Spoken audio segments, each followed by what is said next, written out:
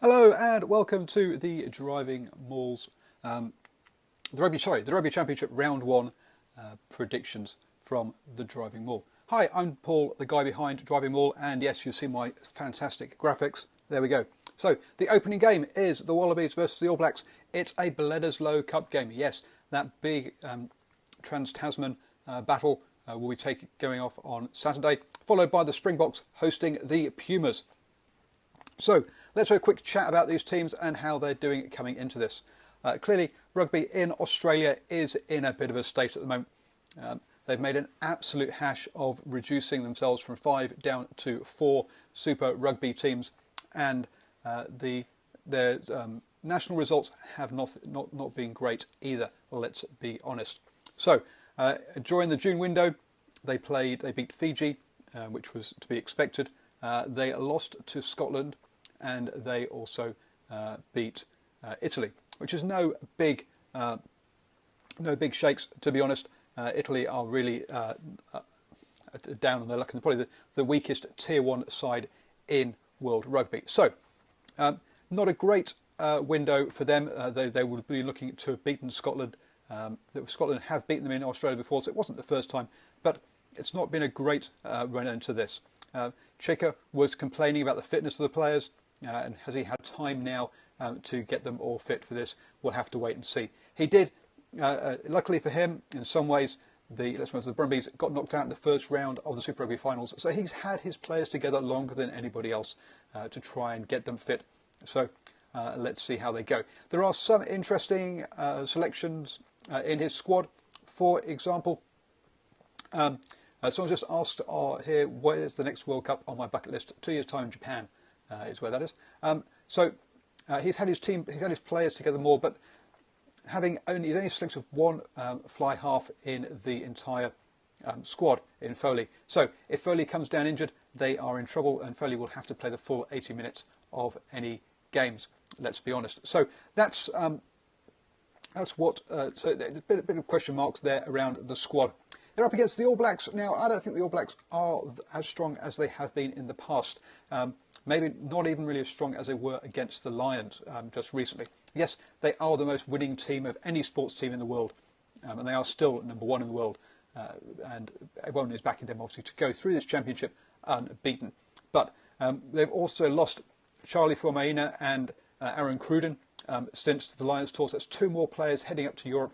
How many more players can they keep losing and still have the depth of talent? So, especially in that front row, which is where obviously Charlie used to ply his trade. So there is, I say, they're still the best team, but they're not the team they were a year ago, or even 2 months ago, in my opinion.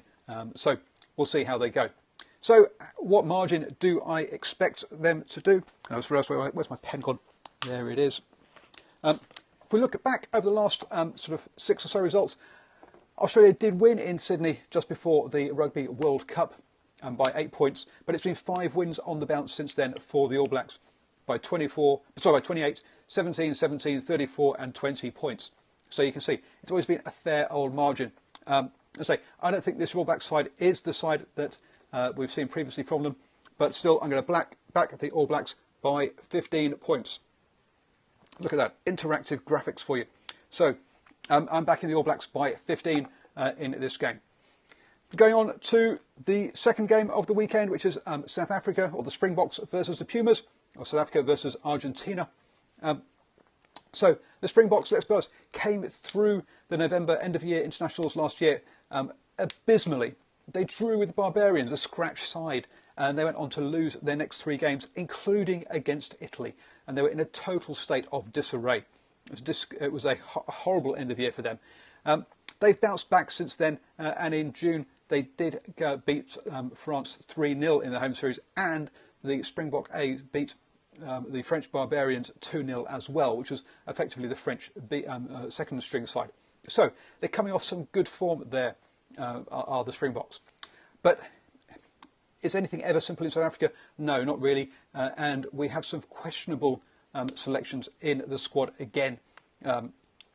Kumbrink and Van Rensburg both missing out on selection.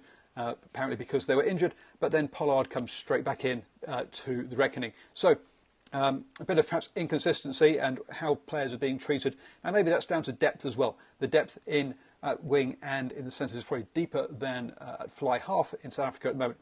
So perhaps I'm not arguing that Pollard shouldn't be in there, but having seen those other players get treated and then have that just adds to let's see some unsettled people off the pitch, if not those in the actual squad itself. Argentina, well, they lost 2-0 to England during that June window. And again, remember, England had a lot of players missing with the Lions, so it wasn't even a full-strength England side. Also, they did back that up. I think it was a win over Georgia, wasn't it? But then again, Georgia have never beaten a Tier 1 team, so that's again they should have won most definitely. So they're not coming into this with any great form. The Jaguares, which obviously where the majority of the players we've selected from or are selected from, they had a good start to the Super Rugby season, but tailed off. And so the question again is going to be how that form impacts the national side. Let's have a quick look over past results. And Argentina have won in South Africa, and they did win again prior to the Rugby World Cup. They won in South Africa by 12 points. And then last year they beat South Africa at home by 2. In between that, with 3 wins for South Africa by 14, 11 and 7 points. So, but this is a resurgent Springbok side, and this is not a vintage Pumas side. So I'm going to back the Springboks on this one by 10 points. So those are my predictions. I'm always up for a good rugby chat, so please do get in touch down below, either on Twitter or on YouTube. Remember, on YouTube you can give it the old thumbs up and share these predictions with your friends so they can see how they think things are going. And don't forget to sign up for my newsletter. Link above on YouTube. Link above on Twitter, down below on YouTube. Thanks very much for joining me. I'll be back tomorrow with my Curry Cup predictions. And obviously also this weekend kicking off is the Mitre 10 Cup. So I did my predictions for those yesterday. So do check out those as well. Thank you for joining me. And this evening is #Rugby Chat at 8 PM New Zealand time. So do pop in for that. Always good to chat about rugby.